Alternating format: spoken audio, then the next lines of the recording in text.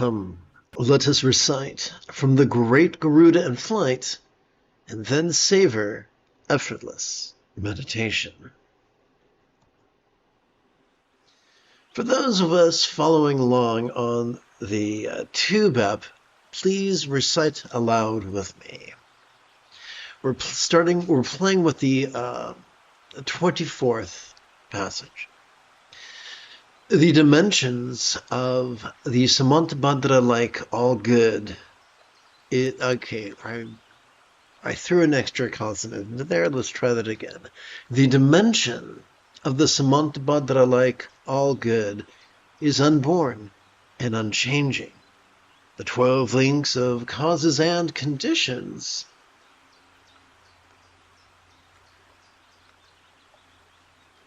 are nothing but explanations conceived by those who are afraid, for the benefit of those who are deluded.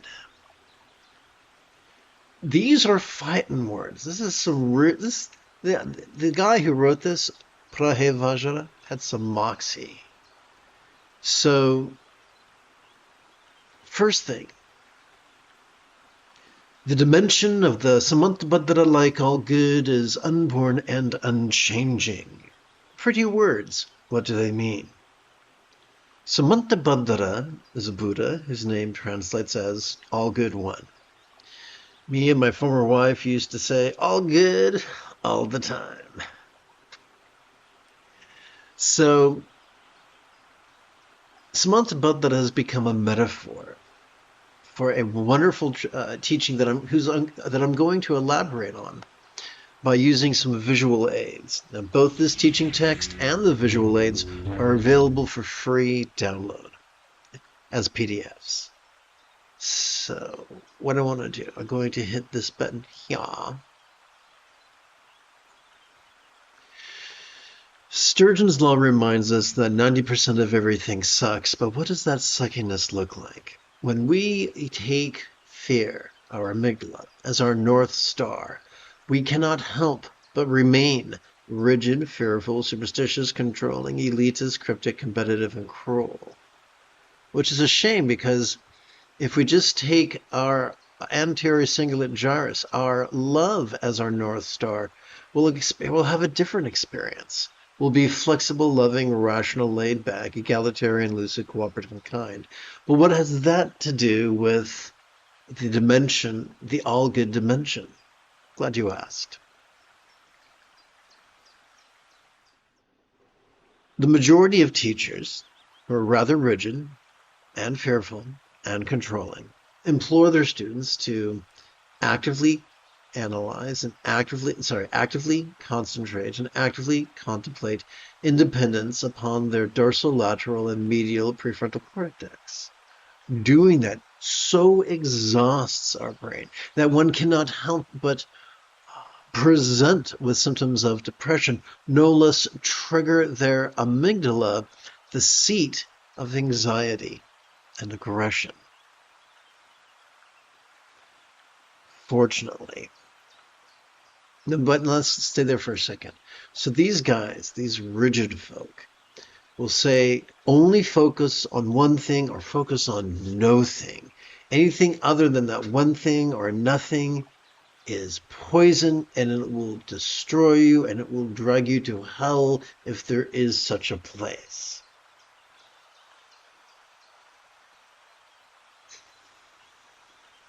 Pardon me?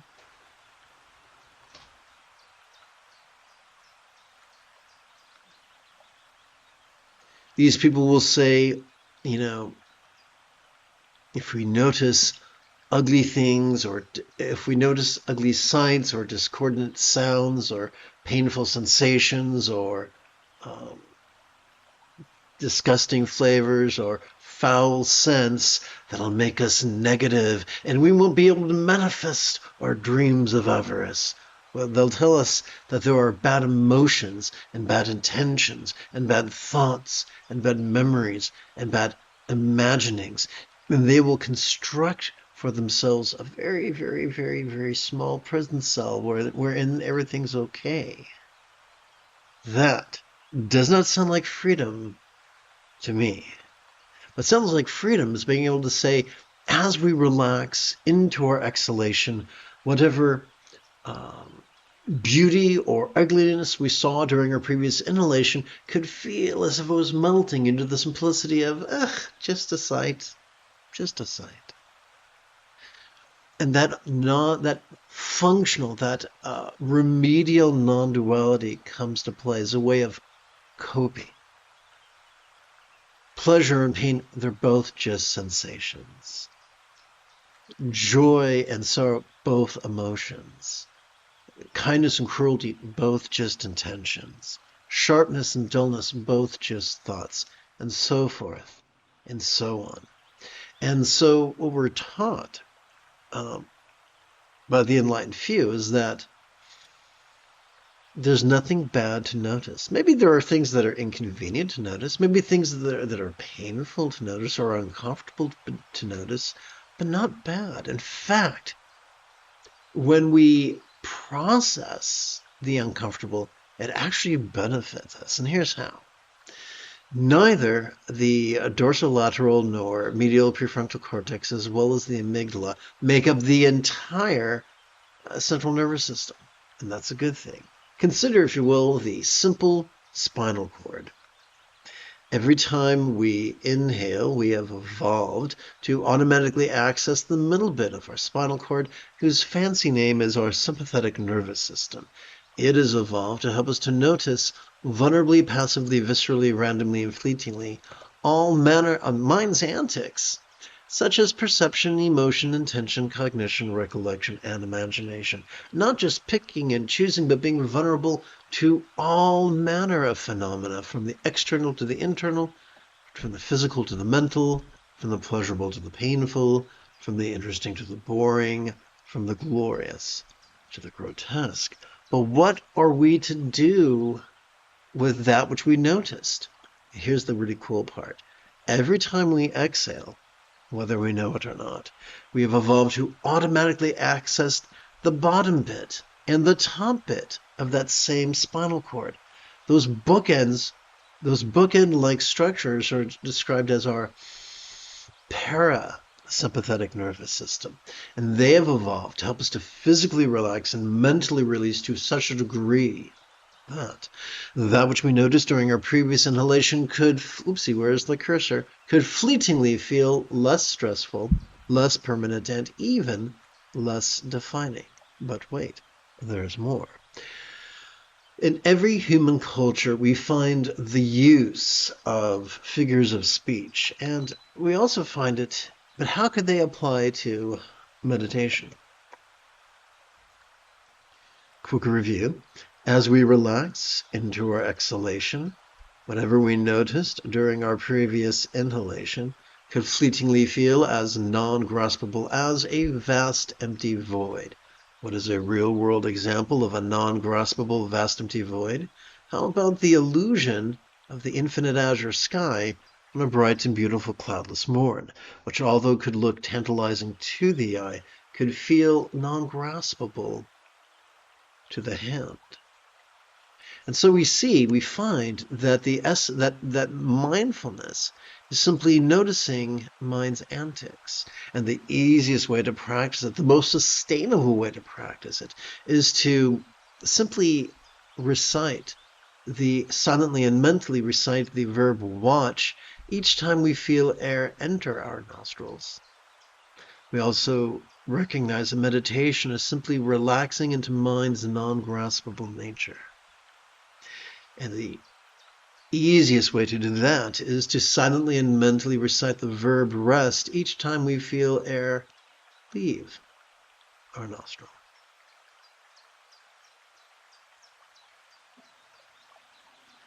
Returning to this morning's teaching text,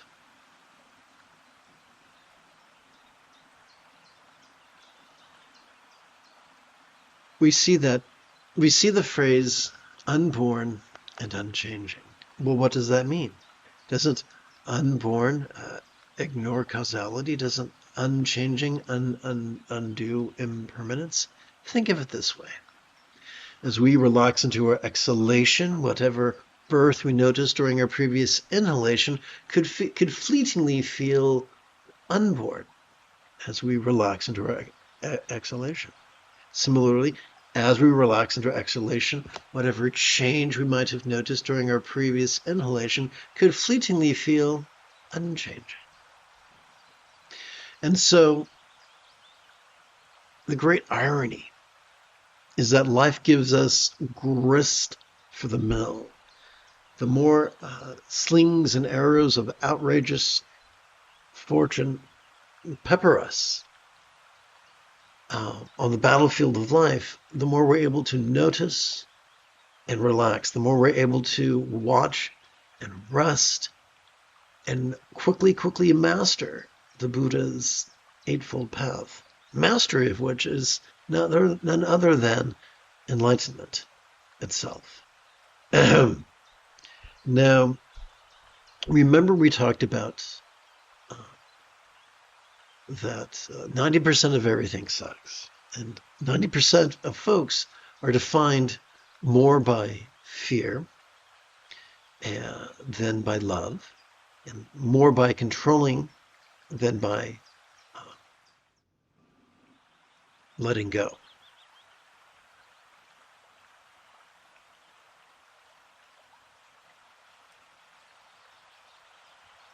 When we look at the Buddha's Eightfold Path, there is no mention of karma. There is a mention of kindness. 50% of the Eightfold Path pertains to kindness. In Proto-Buddhism, we do not concern ourselves with fleeing punishment and chasing reward. We practice mindfulness and meditation in a way that helps us gain access to the highest love, which is spontaneous and uncontrived. In institutional Buddhism, where fear and controlling tendencies reign supreme, then doctrines developed designed to coerce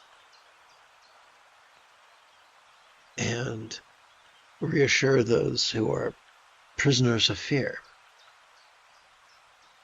for those who are deluded. Now you could say, well, how do I know which teacher or teaching to rely upon? Easy. Here's the trick. It doesn't matter what their resume is. It doesn't matter how pretty or ugly they are. It doesn't matter from which country they were born. It doesn't matter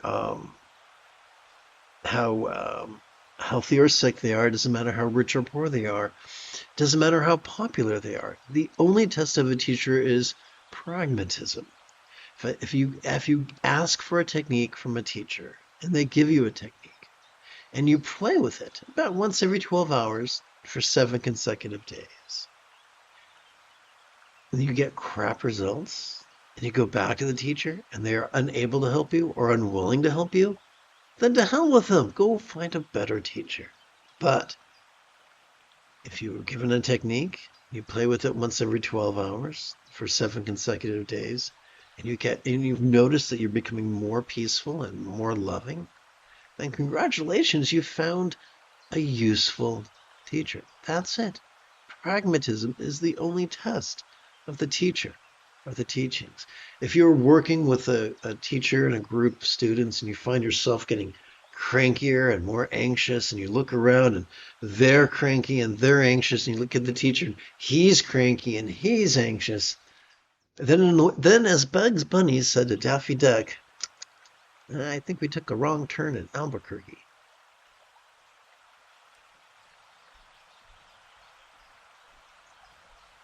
Accordingly, the wise should keep this in mind and remember it. Remember what? That delusion and fear do not guide us to enlightenment. They cannot. Having completed our opening lesson, we can now shift gears. It is Ahsoka Tano Thursday morning. Come, let us meditate like a Jedi after approximately 30 seconds of housekeeping. This is the Dzogchen Sendai Lama, Jigme Gyatso of the Buddha Joy Meditation School. For more than 30 years, I have harnessed my autistic special interests as well as my ADHD hyperfocus to spend about 8 hours a day, almost every day, studying, practicing, mastering, and reverse engineering the teachings and techniques of each school of meditation so that I could become your personal, nerdy, neurodivergent guide to nirvana. Welcome, my friends, to Meditate Like a Jedi, which is made possible due to the generosity of viewers just like you. Now, I'm not a fan of, well,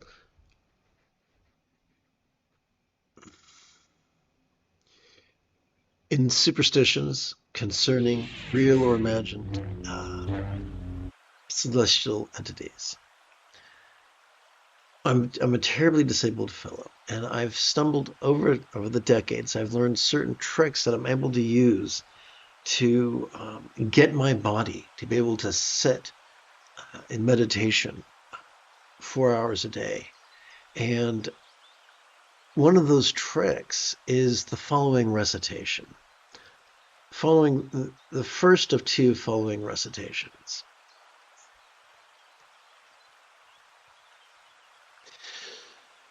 This is from a category of teachings known as bliss and letting go.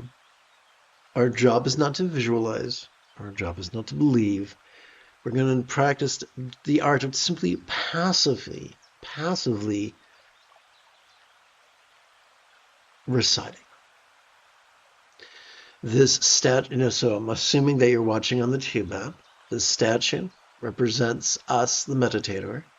This painted image above represents either the teachings or the teacher, whichever you feel most comfortable with. Let's recite. Lama, come to this crown. Now I'm going to chant this.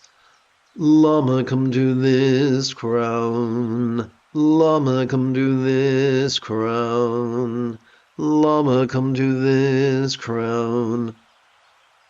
This, and without visualizing, without believing, simply playing with these words causes our subtle energies to coalesce at the crown of our head, which can help us in the first half of our meditation. Remember, meditation, mindfulness and meditation are as easy as silently and mentally reciting the verb watch and the verb rest in harmony with our respective inhalations and exhalations.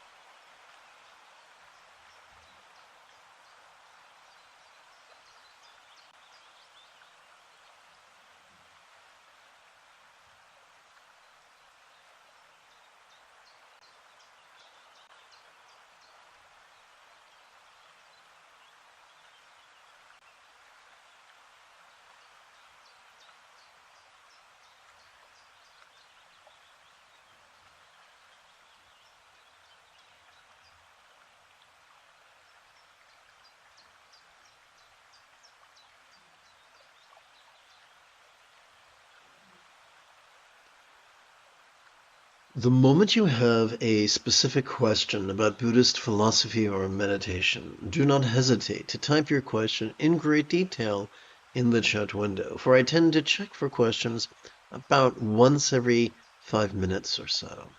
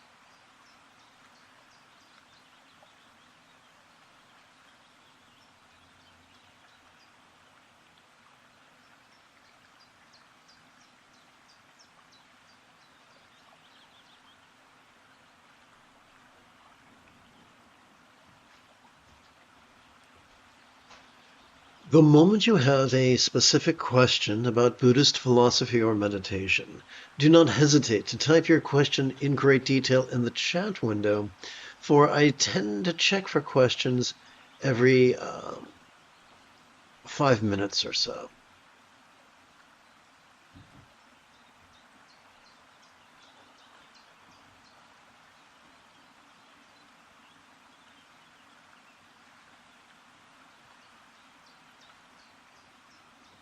If you, like me, are prone to arthritis, I encourage you to gently adjust your legs every 15 minutes or so.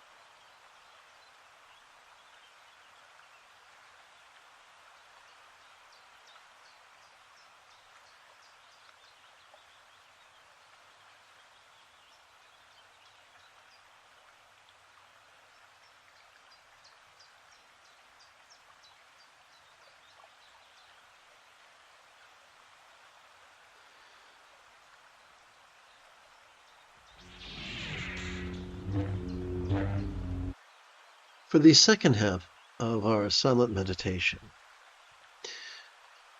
we can shift our energy from the crown of our head down to our chest as effortlessly as chanting the next 6 syllables. We don't have to do it with devotion or faith. We don't have to visualize. All we got to do is just effortlessly recite these words. If you're watching on the Tube app, this statue represents us, the meditator, and our minds, which are lucid yet void, our communication, which is resounding yet void, our bodies, which are sensual yet void, and our circumstances, which are appearing yet void. This painting of a Buddha just represents either our teacher or the teachings, whichever you feel more comfortable with. And by playing with these words, help our energy to coalesce in a way that can really support our body in meditation.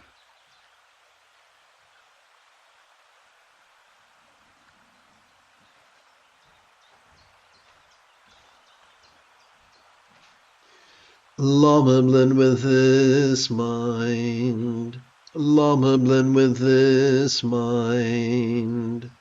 Lama, blend with this mind. Welcome to the effortless practice of bliss and letting go.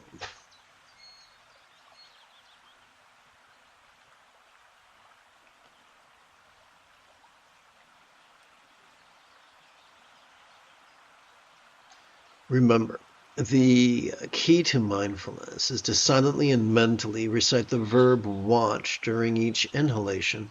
And the key to meditation is to silently and mentally recite the verb rest during each,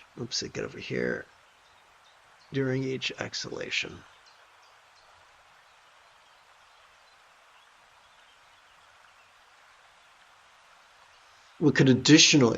You might additionally find it helpful to rest the great knuckle at the base of your right middle finger, upon the tip of your left middle finger, palms up in your lap.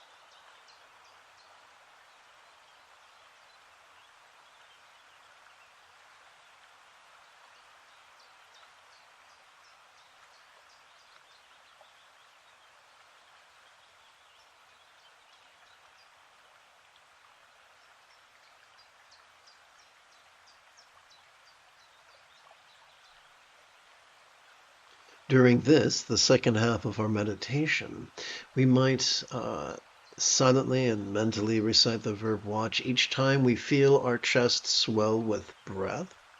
And we might silently and mentally recite the verb rest each time we feel our chest sink with exhalation.